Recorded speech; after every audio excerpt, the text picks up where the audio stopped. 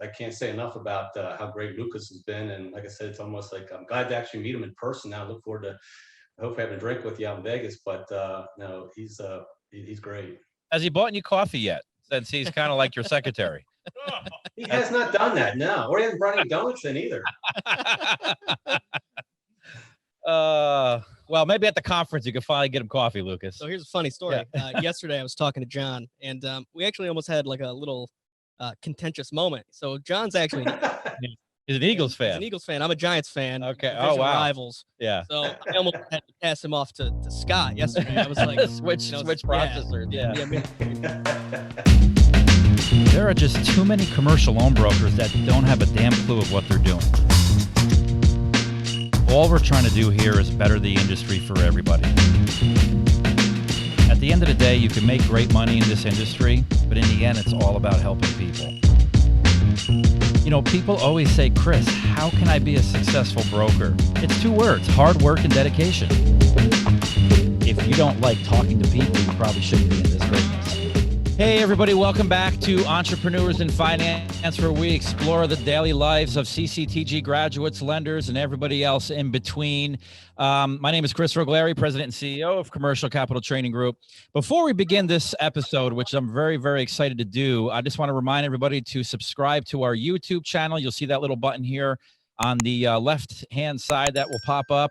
And also download our mobile app, which you can do on your Android or iPhone. Just type in CCTG or Commercial Capital Training Group, where you can get exclusive content that our company produces. So without further ado, I am really excited about this episode because it's kind of a first ever dynamic that we've done before.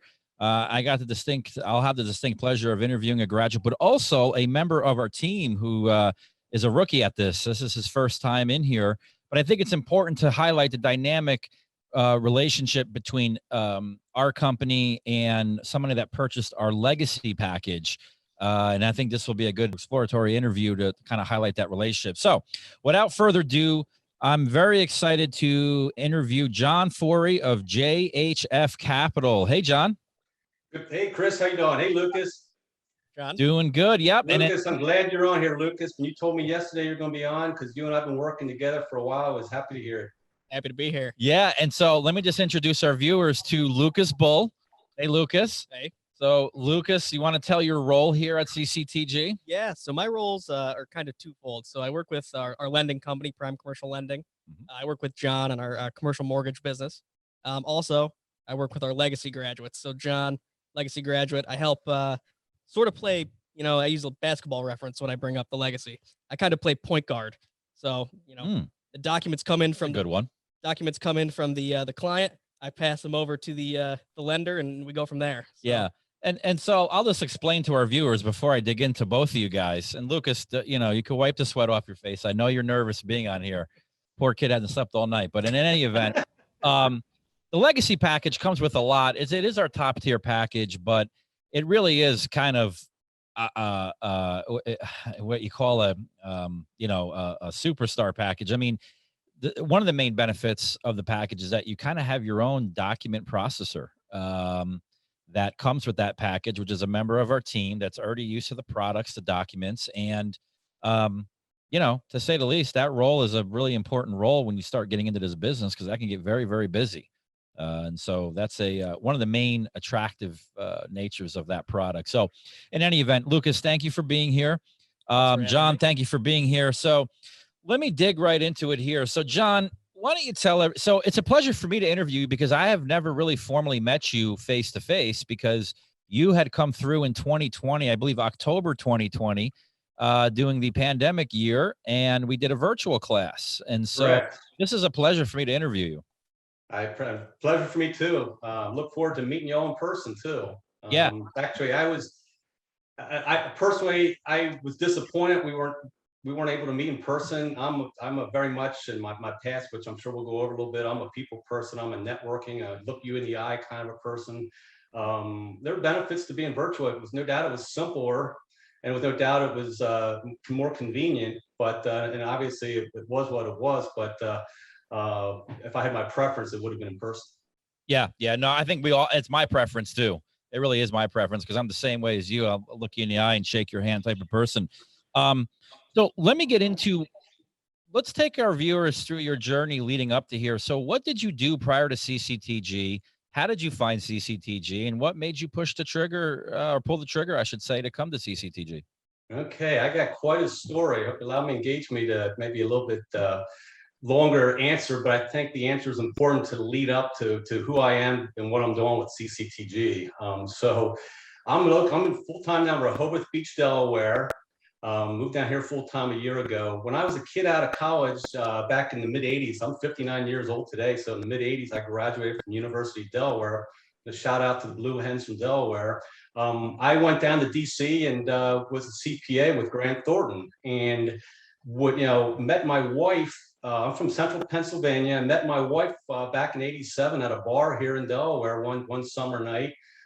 We were both from Central Pennsylvania. We started dating, got serious, and that's what caused me to move back to Pennsylvania. I was on Real quick, can I ask you how you picked her up? Like, what was the pickup line? Well, it's a funny thing you say, because I wasn't going to say that, but I thought about it. The line that I say, my wife, with a mixed company, I said, my wife picked me up at the waterfront back in June of '87, which is, but which obviously wasn't the case. It was a crowded night. It was just one of those nights, and I asked her to dance, and it went from there. But my line has been that my wife picked me up, and I actually was going to say it to start this, but I thought, I think this is probably not the right forum, but since you asked the question. No, I'm curious when people say, when they met their significant other. This is a coastal community where I'm at. But anyway, and having gone to school in Delaware, that's how I even how I even knew about this area. But anyway, so when I moved back to Pennsylvania back in the late '80s, when we got married and got serious, I switched to a small accounting firm, and I was like a fish out of water in that. And in the large firm where I was, I always say you have to have a core competency, but in order to really grow, you're going to eventually have to be able to network and get involved with the community and so forth. When I moved to the smaller firm, it was more of the, for lack of a better word, sort of the shut up and reconcile your cash mentality. So I didn't last too long there, and I took a position in 1991 with not my family, but another family-owned packaging company. Just answered and the paper, took that position. A couple years later, a piece of that business got sold. I actually went out on my own. My wife had good benefits. She was in sales.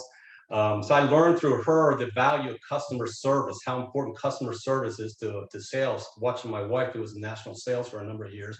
But I went out on my own. We had young kids, and I was a CPA doing sort of financial planning. I was actually going to become a financial planner. Took my Series 6, 63, and 7 licenses.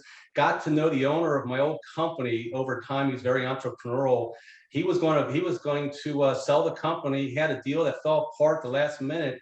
And then he and I were going to go and do our own thing. And then when that fell apart, he said, John, forget the financial plan. You're coming back on board. You're going to be my CFO. So I come back on the payroll. I became his eyes and ears. And over a period of time, we bought and sold some companies. I grew. I became the president back in 2005. I was planning on doing that for the duration of my career. That's what I would be doing. I was expecting to be doing. What happened, and unfortunately, back 5-6 years ago, the owner developed dementia, and it spiraled downhill. And it culminated in 2018 in a sale of there's a whole backstory to this, but the Cliff Note version is it culminated in the sale of a company sort of unexpectedly. And I was prematurely retired, well taken care of in the succession, but I was prematurely retired. I was actually, the sidebar, I was on the board of our National Trade Association, and I was scheduled to be the president of the National Trade Association in 2021. Mm-hmm. So that obviously never took place. So I was involved in behind the scenes for the better part of a year and a half, and protecting my own interests and attorneys, and probably one of the biggest guardianship cases in the state of Florida. I guarantee you, every attorney in Florida was familiar with this particular case. Millions of dollars spent. It finally closed out. So now I'm on the other side.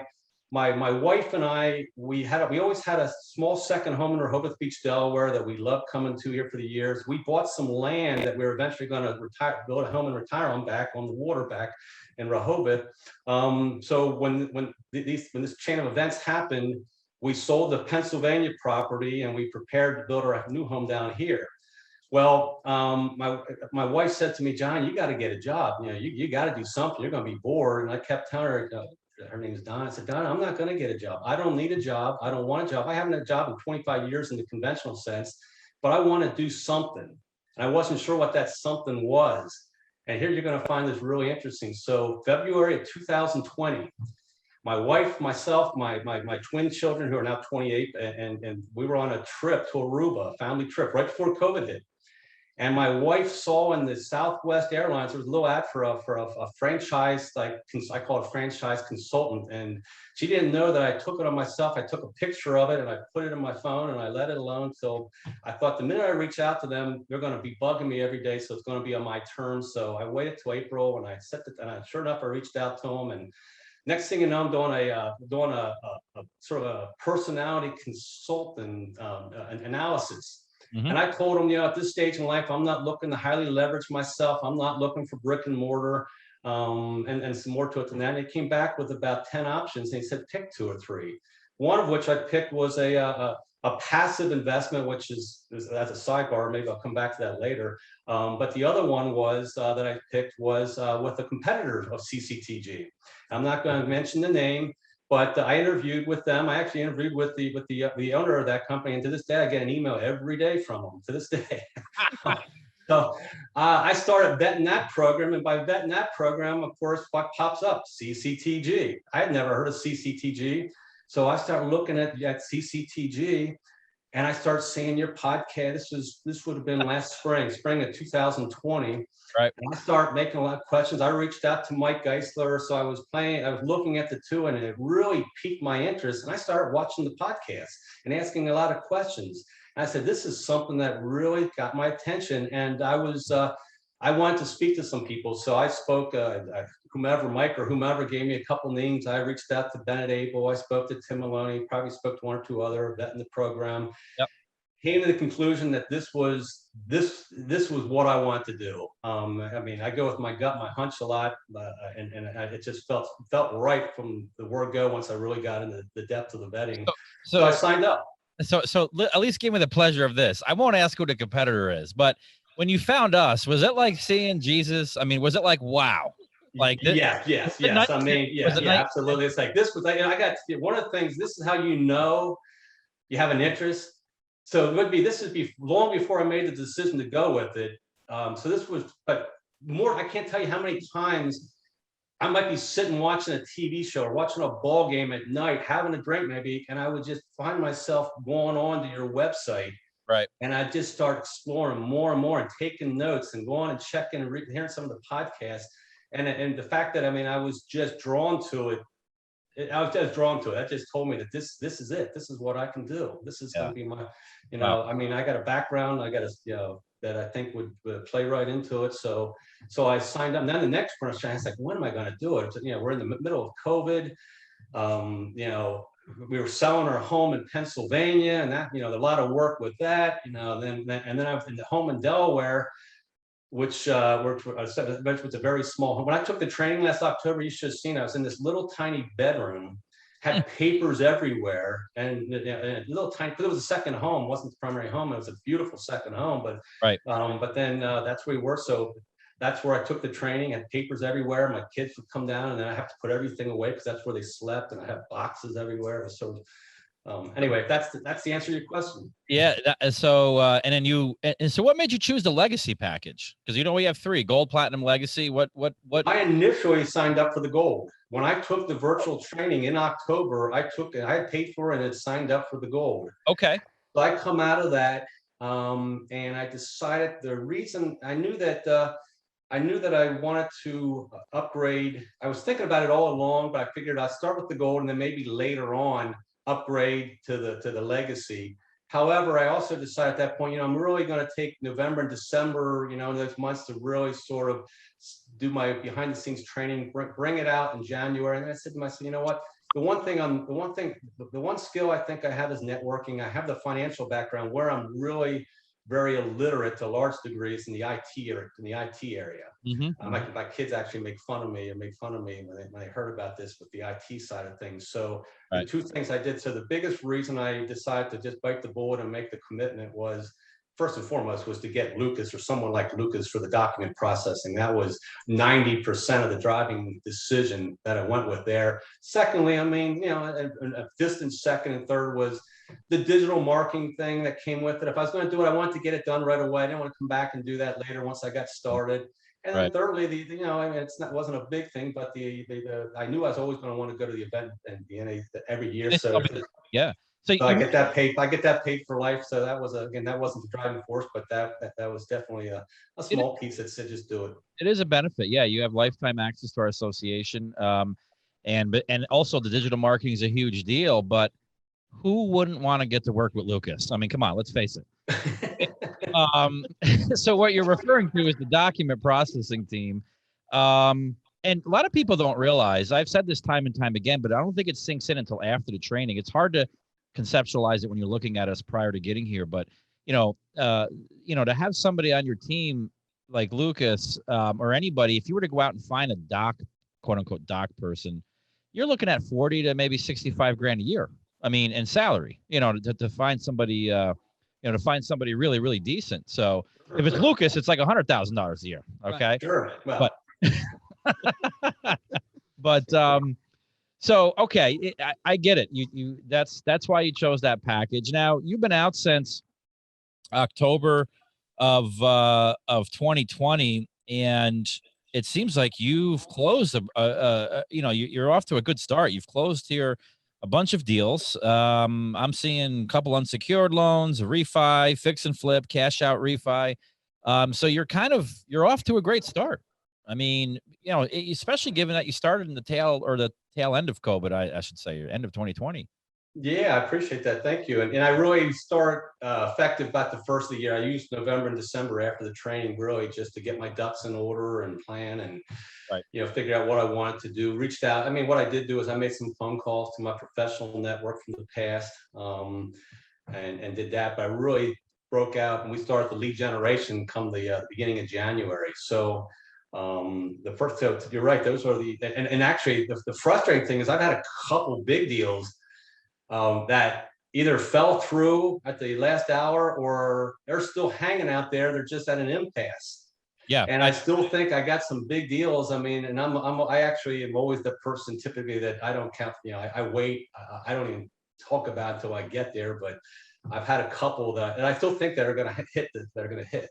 Yeah, that's good. Now those big deals take time. Let me drag Lukas in here. So now that you guys kind of have this relationship, Lukas, what do you think of John? Yeah. So John's one of those guys that, he's very good at building a pipeline and networking. Sure. So he's really good at, he told me yesterday, actually, his pitch that he gives to potential clients when they call in. Right.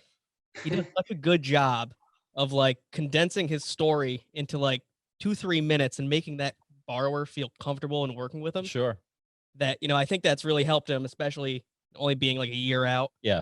Be able to, take that client, keep them engaged, not only in the beginning process, but all the way through to the closing stage. And even we've had some deals, that, like he said, hit an impasse or didn't close. Right. But, he's so good at the follow-up and keeping that person engaged with him. Right. And not looking elsewhere. So that's what I'll say about John. Yeah. Okay. Very all good right. follow-up. And John, what would you say about Lukas? I mean, have you enjoyed working with Lukas? Oh, Lukas is great. No, like I said, I mean, Lukas is my buddy. I mean, and I feel like even with some of the potential clients I reach out to that you develop a rapport, they almost become like friends. Well, Lukas is full time now with me, so he's great. I mean, I can't say enough about how great Lukas has been. And like I said, it's almost like I'm glad to actually meet him in person now. I look forward to hopefully having a drink with you out in Vegas. But no, he's great. Has he bought you coffee yet? Since he's kind of like your secretary. He has not done that, no. Or he hasn't brought any donuts in either. Well, maybe at the conference you could finally get him coffee, Lukas. So here's a funny story. Yeah. Yesterday I was talking to John, and we actually almost had a little contentious moment. So John's actually He's an Eagles He's fan. an Eagles fan. I'm a Giants fan. Okay. Division Oh, wow. Rivals. Yeah. So I almost had to pass him off to Scott yesterday. I was like, switch processors. Yeah. Wow. Wow. Well, it's interesting. Did you you're an Eagles fan. Okay. All right. Well, we'll give you a pass on that. Give you a pass. So, are you a Giants fan too? You know what? You guys are going to pick on me, but I'm actually a Dolphins fan. I'm actually a Miami Dolphins fan because my father grew. So it's really about a lot of times who your parents like. My father was an old school Dolphins fan. Bob Greasy. Bob Greasy, the perfect team, Larry Zonka, Sure. So my era was more Dan Marino, Okay. So I gravitated towards Dan Marino, which is the only last era of the Dolphins because ever since Marino left, the Dolphins just been terrible. So yeah. Well, but that's interesting. Did Lukas tell you the story what he did to Joe Theismann when he did tell me? He did. Yes. The story where he made him sign the LT's. Was it LT? Yeah, I had a photo. So obviously, anyone out there, Joe Theismann's story is that he got injured by Lawrence Taylor, and Giants hero. Yeah. Ended his career. So Joe Theismann was the 2020 NACLB keynote speaker. Came in person during COVID to our office, and actually got him to sign the photo from when LT sacked him, ending his career. That's pretty. Yeah, I remember that game too. I do remember that game. I remember where I was at. Theismann's great. I heard him last year at the NACLB, but I've actually seen him twice before. Yeah, he's tremendous. Yeah. That just shows how savage Lukas is. You know what I mean? I did tell Lukas though yesterday, and then I also learned about his age. I thought he was my age, and he's a lot younger than me. I won't say Lukas? how young, yeah. Oh, yeah. Now I gave him the compliment about how mature he is, or working. And I mean that seriously, how mature and I was. That he 19 years old, John. I just got him out of high school. 19 years old. Okay, but I did tell him. I told him, and this is to tell him I'm not an unbiased Eagle fan. I told him. My father always said that Jimmy Brown was the best player he ever saw, and I say Lawrence Taylor was the best player I ever saw. And I'm not a Giants fan. All right, yeah, no, he was. Lawrence Taylor was great. Tell me about your in interacting with Lukas or the processing team. I mean, has it saved you a lot of time? I mean, do you how has that benefited your business? Well, I'll give you an example of one that's literally in the last 24 hours. Maybe 2 days ago, I got a call from an individual, and I'm working out in Texas, and I'm working with him, and he's looking to buy a commercial, looking to do a refi on his current business. He's looking to buy a new business, and and there's another component to this. And he came to me, and separately, he had done an SBA loan for another property, within the last 2 months or so. So he had this entire package of information that he had, which I said to the guy, so that is just great. I can't tell you how much more efficient that makes when I don't have to chase you after a lot of information. Send it to me. So I get this zip file, and I sent it to Lukas, and to use your words, Lukas, it was a data dump.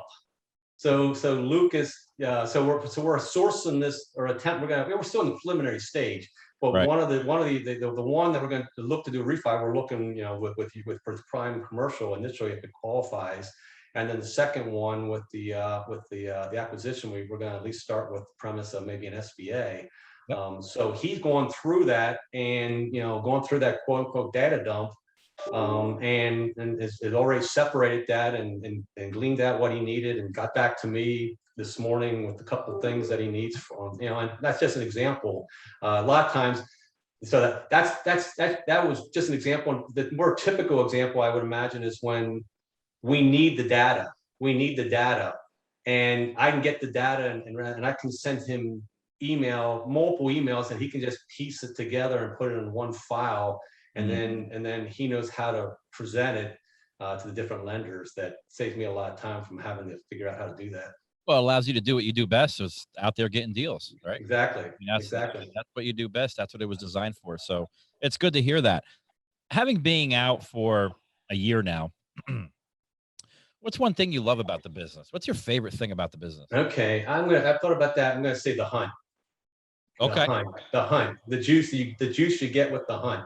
Yep. And I remember thinking about this back in my previous world, even if this applies anywhere. I mean, I always thought there's two kinds of sales, and they're both valuable. All sales have value to it, but I always thought that having the DNA to have that hunt to go out and look and enjoy the new business, the new opportunities, and when you think you got an opposite, the excitement you get thinking, hey, there's something here, versus, and I think you got to have a little bit of that DNA to really prosper in this business. If you're somebody, and I don't, maybe this, I think he even said this maybe back in my notes in virtual, if you're a banker, if you're somebody that's, you might be good at inside sales. If you're somebody that's going to expect it to come to you and you're just going to sit and wait for the call to come in, it's not going to work. Not going to work. No. I'll flip it around. What, after a year now, what's the most annoying thing about this business? Okay, I got the answer. I've learned, when you're at the 5-yard line, you're not at the finish line, you're at the 5-yard line. You've developed this rapport with the client. In their minds, they have a closing date that's supposed to be whatever that date is, next week to be. And I've learned that just about every time there's a delay, the appraisal is taking longer to get done than was expected, or getting the appraisal report back is taking longer than expected, or one I'm dealing with right now. I was on a conference call with our lender and the customer and the customer's agent, expecting an SBA loan to be completed by next week, the end of this month. And the guy's been very receptive and given the data, and we have to tell them we need an extension. The SBA, and they're frustrated. They're frustrated. And I can feel their frustration, and it's nothing that they've done. It's just they don't understand. And then, and that's probably more the norm than the exception, at least in what I've been working with in a lot of my deals. But then when you get it done, then they're extremely happy and satisfied. But there's that period that you almost have to go through to get to the finish line. Yeah, I know what you mean by that. And that's, I think a lot of people in this industry share that sentiment. I mean, I've been doing this for a long time, and it never changes. That's always the case. We're working on a huge $200 million deal right now, and it's supposed to close a week ago, 2 weeks ago, and things just happen. Right. Things that you wouldn't expect just happen. So it doesn't matter if it's a SBA loan or a huge deal. It exists. So yeah, you have to have the guts and stamina to kind of work through that stuff, and eventually it'll happen. But roller coaster. It's a roller coaster. And then sometimes. Well, Kris, you do this for a living, and you're speaks for yourself. But I've learned that sometimes an opportunity goes away, and you get a call back. Like two of the deals I closed, I had originally spoken with the gentleman back in February, March, and we spoke a number of times. Then it went nowhere, and then about 60 days later, out of the blue, I get a call from John. You remember me? And then we picked it up again. So that happened. So, are you glad that you attend? I mean, are you glad that you made this? You made the. Oh, absolutely. Yep. I'm living the life. I mean, loving where I'm at, loving my retirement prior to this, and now doing this. I mean, it gives me, I'm my own boss. I pick and choose my spots. And there's always some juice to it. You work from home. Is that correct? Correct. You work from home. Okay. All right. That's your office, I think, that we see? That's my office. Yes. Yep. We just literally where I live, where I'm at. We just moved in here 2 months ago. We're still working on some things. So in fact, I guess it's good that the walls are empty at this point, but for purposes of this, but we're still, my wife's sort of an interior decorator, and she's working on the house, but we haven't got to the office yet. Well, what's interesting though, and maybe you could speak to this. I mean, this business model is truly, we've always said it for a long time since our inception, you could really work it from home. But I think nowadays, even with COVID, it's even more acceptable to work from home. I mean, have you seen any problems with clients? No, not at all. I actually think, I agree with you. I think it is so much more accepted now that, that would be a small benefit, and obviously in a terrible problem with the COVID, but when you gotta, I was trying to look at the same glass half full, and there's no doubt that's totally accepted in mainstream society today. Yeah. I mean, I'm not out there telling anybody that, but I'm also not hiding it. Right. Yeah, you're not hiding it. But I think if people find out, I mean, a lot of people sure. I mean, it's just becoming kind of a new way of life. Right, absolutely. Lucas, is he the best legacy graduate to work with? No comment. Now, remember, you're on record here. You can't say that yet, right? John, they're all like my own kids. You know, I feel like once they come through class, I get to help train them, and I get to help, you know, with their business and be a part of their success. So I can't pick favorites. Yeah. Chris, that was a trick question. Yeah, it was. I think you passed. That was a trick. Now, Lucas is a valued member of the team here. It's smart.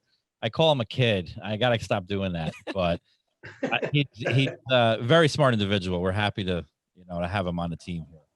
All right. So a couple things. Let me hit you with some like questions that are outside of CCTG, outside of what you're doing. But if you could kind of like just change your whole MO, like for the flip of a switch, if you could be anything you want besides who you are right now today, what would that be? You're talking about today or going back in time? Start over. Right now. If someone could say, look, if you could, experience another profession or just anything, you snap your hand and you could be anything you want, anything immediately. What would it be? Oh boy, that's a good question. I mean, it'd be easier to answer if I could go back in time, but today at the age of 59, well, maybe I'd say I would have said a professional athlete, but a professional athlete just at this stage of my life, I guess the only place for let's take it as, your body has no constraints. I mean, age doesn't matter. I mean, okay. Yeah. Well, first and foremost, and this is never a practical reality, but again, in the visualizing, I would love to have been a professional athlete as a young kid. I love sports. I was like in grade school. What do you want to do? I want to be a professional baseball player, whatever. So you learn at a young age that that's not a practical reality, but that would have been what have been the answer. The more practical answer, if I could go back, would be with my background and sort of my DNA would have been either like I actually was going to be looked and going to the FBI back in I've done like white collar crime, that kind of thing would have intrigued me.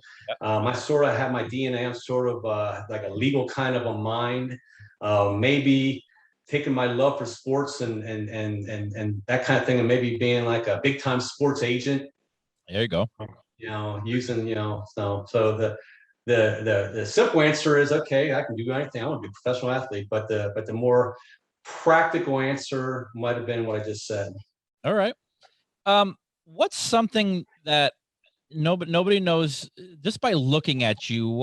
What's something that somebody wouldn't expect that you're into, a hobby, or just wouldn't know about John? I've become somewhat of a cigar aficionado. Really? Yeah, okay. And you would never. I mean, I never smoked. I mean, I never. Well, I always liked to drink, but I never smoked. But you know how I got into that? And I was the guy that when I'd go on, back in the day, I'd go on a golf trip with the buddies, and I'd smoke a cigar maybe once or twice a year. And what got me into it was with my old packaging company. We had bought a company that did packaging for the cigar industry. So I got to know a couple of the clients down in Florida, and actually I went to the Dominican Republic a couple of times. I was in Nicaragua, and I got to learn about premium cigars and got in that world. And I'm not doing it anymore, but to this day I've sort of become a premium cigar smoker. And got my this may not be something to be proud of, but now my son is too. He's 28. Now we could really talk. I mean, I'm into cigars. Yeah. So that's people don't understand how, it's almost like enjoying like a fine wine. Exactly. Not about it's a fine wine. They all have different tastes, and the wrappers and the tobacco. Yep. I mean, I got 2 humidors here. Well, I had 2 homes before, so I consolidated. My wife said, which one are we going to get rid of? I said, not getting rid of either of them. Right. I said, I got one here. I got one in the office, and that's a really small box, but I got almost like a refrigerator, if you will, at home. Okay. Actually, one of the events I used to go to in Vegas was a cigar event. Like I said, it was for the retail. We packaged for the industry, so I got to go out there once a year, 2 or 3 years in a row for talk about cigar smoking. I got a real surprise for you this year. So at the conference, I hired a really a world-renowned Cuban cigar roller that's going to be rolling handmade Cuban cigars at the conference for Wow. the attendees. So I'll look forward to that. yeah. If there's not just one more thing to come to the conference, you get to enjoy Pablo. So all right. One last question in terms of off the wall question, but outside of CCTG, if you could sit down and let's say have dinner and a conversation with anybody in human history, dead or alive, who'd it be? I'm gonna give you two answers. One is the easy answer would be my mother. Then I'll give you a sexier answer. But there is my mother. My mother passed in 1995 at a young age, 61, of colon cancer. So she never got to meet my kids or her other grandchildren. So I'd love to bring her and let her know how the grandkids and who they are and what they become. But now here's the sexier answer. I thought about how about Babe Ruth? Babe Ruth would be somebody. My love for sports. He was a personality, bigger than life personality. I'm assuming I know he liked to have a drink, and I'm assuming he liked to have a cigar. And, I think he would be just a fun time to spend an evening with and learn about his era and talk about the current era. Yeah, I agree. You know what's interesting when I think about Babe Ruth is, and that's first of all, that's the first we've had on here, I think, Joe, right? No one's ever mentioned Babe Ruth, but I think what's fascinating about him is in the days today where everybody's a big personality in sports, he was like the original, right? I mean, like back in those days, people weren't really flamboyant and they weren't, but Babe Ruth seemed to just bring that to the table and one of the first guys to do that. Because today you just look at all superstars and they're all kind of the same and being. Yeah, he did it without social media and the internet. That's what I'm saying. Yeah, I mean, he was one of the first ones to do that in an era where that wasn't really a thing or accepted, I should say. Yeah, no doubt. In your life, that's cool. All right, so now we've come to the section where you can ask me anything you want. Personal. Be careful, I got an employee here, so but no, anything you want. Personal, business wise.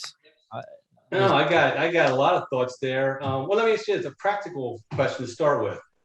The event in Vegas coming up. For those of us who are relatively new, and for those of us who have taken the virtual training and have never met anybody in person, how would you recommend to best maximize the couple days we're there? I mean, it's a great question. I would say, well, number one, there's going to be, probably 125 lenders there. And a lot of them are non-CCTG lenders because we have new lenders that always come on to the NACLB association. So I would say, number one, make sure you network with the lenders that you at least think you're going to work with, right? Right. You're going to do. I would say, number two, get Lukas as drunk as possible because you're going to be stuck with him for life. So that will go a long way. Okay. and no, number three, really network with other brokers there. Cause one thing at our conference is everybody has a lanyard and they'll say, right, Lukas, each year, or I think this year it's the lanyard that says broker, lender, right? Yep, and they're always color coded. So you'll be able to actually identify who's a broker, who's a lender. Pay close attention to a lot of the panels that brokers are on, like we have learned from Successful Brokers panel. Those guys are real heavyweights. And I say that because each year I tell graduates that, and then throughout the conference, graduates pin those guys down and they're more than happy to talk to you about what's made them successful, things to avoid. And a lot of graduates get a ton of value out of that, right?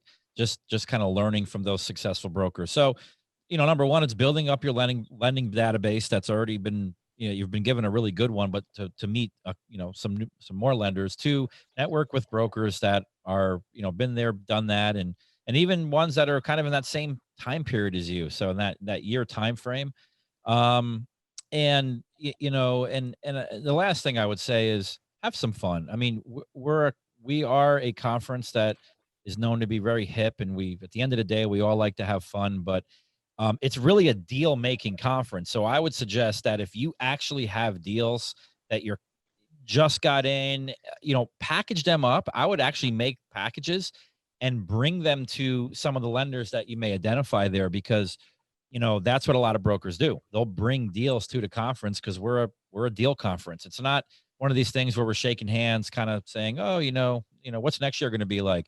We do a little bit of that too, but it's really an action type deal conference. So bring deals right to you, right to Sure, them. good. Yeah, I'm looking for the one thing I have. I don't know, Lucas, if you're the one who recommended this to me, or if somebody else did maybe 2 months ago or so. The one thing I haven't done is really venture outside the umbrella of the CCTG lenders. When Mac or John or you tell me, well, how about this person? Well, it's just I haven't taken the time to reach out for the most part and do that. And you or somebody said, you know what? Since we're getting close to October, make a point to develop some of those outside relationships in person, which is what I plan on doing. In fact, I'm going to probably, we all get different emails, and I have my own archive email of non-CCTG owners that goes in there. I'm going to probably look at them and sort of make a little diary and bring it to thing and search out a couple of them. Sure. Yeah, absolutely. Anything else? I got a couple. Yeah, if give me time. I got a lot of questions I can throw at you. Start with maybe some of the more serious and some of the more simple. I'll give you a simple one. Who's your favorite band? Band, yeah. Who's my favorite band? Wow, that's a Gotta believe you've been asked that before. That's a good one. No, I haven't been asked that before. So I'll let you in a little secret about me. I'm pretty diverse with music. So it depends on what genre of music. I mean, so some days I'll listen to classical, some days I'll listen to rock, some days I'll even listen to a little bit of hip hop, to be honest with you. So I'm pretty diverse depending on the mood I'm in. So but if you want to say like a real band, like a band, I would I would probably say Led Zeppelin. I mean, I know that's a cliche answer, but like that's true story. True story. When I was a freshman in college, I was going to go see Led Zeppelin when John Bonham died about a month before the concert, so I never saw him. Oh man, okay. Back in 1980. Or even Van Halen, like Van Halen, Led Zeppelin, those were bands. And when you say band, that's like a band. That's all. I did see Van Halen. Okay, let me switch that answer. Rock, classic rock or country? Classic rock. Good. You and I are on the same page. Yeah, listen, nothing against country. I know we got a lot of Southern graduates, but like, I just identify with certain country. I respect the music of country in terms of, but it's just it doesn't resonate with me. I'm with you, and sadly, I'm surrounded by it. I'm a classic rock guy. Most of my friends and background, my kids, my son's fiance, my wife, our friends here every time. I mean, it's just like country's on all the time. It's like I got to get back good with myself, have a cigar, when my wife goes down, I can listen to my rock music. But let me further that to you. Who do you think is the one of the rock stars that fundamentally changed rock? Well, I mean, of course, the simple answer is the Beatles, but I'm not going to go with the Beatles. But no, not rock band. I mean, individual. Oh, individual. Rock itself or music? Both. Rock. I mean, one guy in rock. I mean, Jim Morrison with the Doors. I mean, Jim Morrison's got his own story. I'm gonna have to say Eddie Van Halen. Eddie Van Halen. Okay. I mean, he was dynamic. I mean, he brought something very fresh to rock and this music in general that no one's ever done before. That's a good answer. All right. Okay. Let me ask you this. Okay, let's just say, let me give you a hypothetical. Anything's for sale at the right price, correct? So somebody comes and blows you away with an offer that you can't turn down, and at your stage in life, your success, you take this, you can't turn it down, you retire, and you sign non-compete. Do you just enjoy the fruits of your labor and move on and travel the world, or do you sit back and think about, you got the entrepreneurial DNA, obviously, but you can't apply it with what you're doing, at least directly with what you're doing? What do you do? I hands down would start another business. Okay. And I would hands down start another business that I would challenge myself in starting that's not related to what I've done before. Okay. So yeah, because here's the thing. I'm not good at retire. I don't golf, number one. So I can't golf. I would probably take up a little more of my hobbies that I like. But outside of that, I just can't, I can't just sit down and drink a nice sweet tea on the porch. You know what I'm saying? Sure. I need to get out and I need to do something purposeful and challenge myself. Hobbies, you can challenge yourself, but I love the challenge of entrepreneurship. So I would do that until I take my last breath or until I really physically couldn't work anymore. Okay.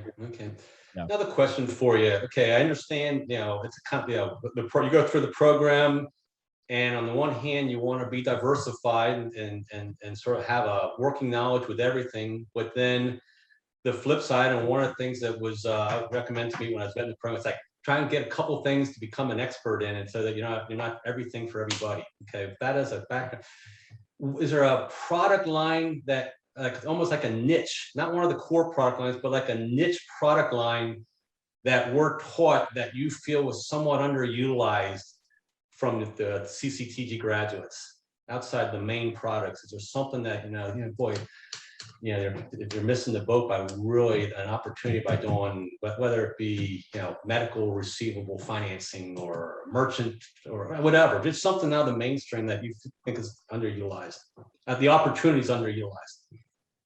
I got it. So I'm going to give you an answer that you're probably not expecting, but if I look back at our program, and when people leave here, the full gamut of products at their disposal when they leave here, I would say, bar none, digital marketing. Really? And I'm going to tell you, because it is the easiest cross sell to a business owner when you're dealing with them for their financial needs. It's something that they need, right? I mean, and you have that included in your package. So I know, and truthfully, I haven't done much with it because that's not my comfort zone. But I get it. It's not your comfort zone, but it can be very simple just to ask, hey, we have a whole nother division that is a specialized digital marketing agency. And, do you have an agency now? Are you happy with your marketing agency? And I think that's because people come in here, and I get it. We are the commercial capital training group. So it's finance. But since we have this whole white label digital marketing option, sure. You're not trying to sell the business owner a vacuum cleaner, right? I mean, Right. Unrelated. You're selling them something that they're already doing, but they're not doing well.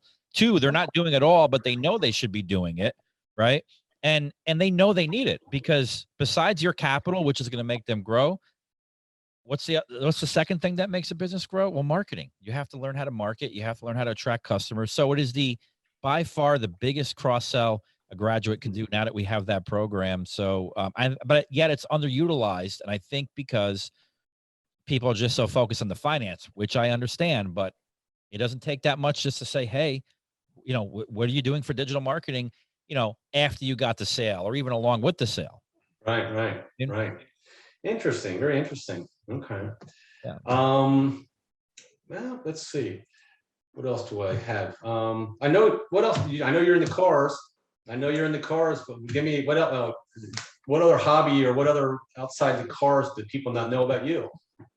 Well, we mentioned I am a cigar aficionado. Okay, So we pick that. like Yeah. yourself, but I think someone looking at me that I think people are always surprised is I could play the piano, particularly jazz and blues piano.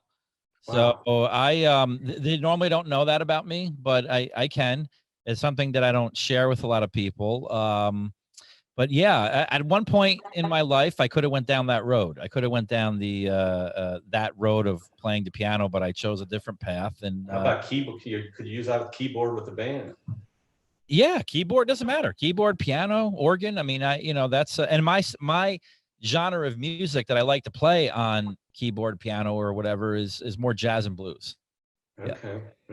Yeah. I like, and you want to know why? People always ask, well, why jazz or blues?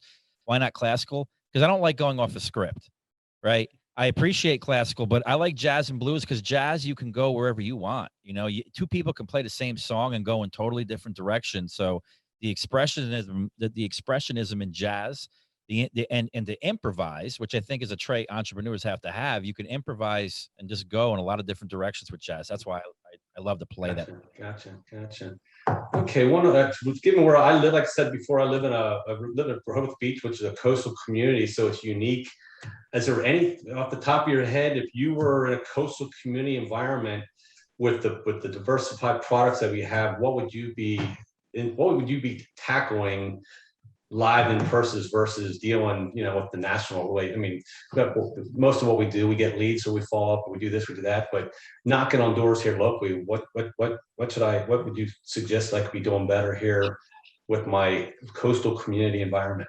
I mean, is your coastal community environment seasonal in terms of somewhat? It's grown to the point where it's less seasonal. I mean, some of the neighboring, there's a lot of restaurants, a lot of retail. Yeah. I came from central Pennsylvania, was much more of a manufacturing hub, but yeah, I would say, I mean, if there's industry that's supported by people coming in when the season's there and out, a lot of times, believe it or not, a lot of, those businesses need some working capital to kind of carry them through some of those lull periods. And there's a lot of lenders that understand that, so long as you convey the seasonality of the business, right? So if you see like they're making money hand over foot 7 months, 8 months out of the year, and then like the next 3 or 4 months, it's kind of it drops. Right. Lenders can understand that, but they could actually underwrite and fund those businesses based on that to kind of cover that lull period. So I don't know if that applies. Yeah, no, I think that's probably dead on. I thought of that too. I just haven't really. Lucas, you have any insight onto that? You've been quiet here, but yeah. So yeah, actually, I did have a little bit of knowledge, I guess. Yeah. For that, it's something I tell all the graduates is that when you're having those conversations within your market, you might not know what's hot in your market when you first start out in this business, but you have to have those conversations with business owners, whether it be realtors, a restaurant, mom and pop shop. See the issues they're having with their capital needs, and then trying to find a product to fit them into. So some markets fix and flip may not be too popular. It might be too rural, but there are other products that we offer and that have you've been trained on that you can help that client and fit their needs. Yeah. Good advice. Well, Lucas, can I ask Lucas just a general question? So this isn't a question by me personally, although me and any other legacy grad, is there any generic or general advice that I and others that you can give that we can even utilize what you bring to the table more than we are or more than I am? Great question, John, by the way. Great question.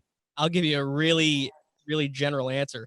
You never have to feel like you're bothering me. Sometimes I have this feeling that some of my graduates, maybe they, feel like they're annoying me by calling me or emailing me or texting me. I make myself available to you guys whenever you need me. So that would be the one overarching piece, is that to better utilize me, keep me in the loop, keep me updated, CC me on the emails, forward me the emails. I read through everything. I always get back to you. So yeah, that would be the one piece of advice I'd give any legacy graduate. Maybe a Giants poster once a year for Christmas. I don't know. Well, good. Well, listen, I think that's pretty much the time that we have here. We filled. I mean, I could ask you so many more questions, but John, this was awesome. Yeah, thank you. As always, very much appreciate you having me on. You guys are great. See, it wasn't that bad, right? I think the most nervous person here was Lucas. I mean, it's not that bad. But no, it's good to see you face to face. Yeah, and we'll meet more out in Vegas. For sure. Yeah, look forward to seeing you in Vegas. Then. Yeah, same here. Absolutely. All right. Thank you so much for everything. Appreciate it. Thank you, John. Lucas, thank you. All right. So guys, that wraps it up for this episode of Entrepreneurs in Finance. Hopefully you found this insightful and a little more dynamic into the legacy package and just life in general of a CCTG graduate. So don't forget to subscribe to our YouTube channel, and we will catch you on the next one. Take care. There are just too many commercial loan brokers that don't have a damn clue of what they're doing. All we're trying to do here is better the industry for everybody. At the end of the day, you can make great money in this industry, but in the end, it's all about helping people.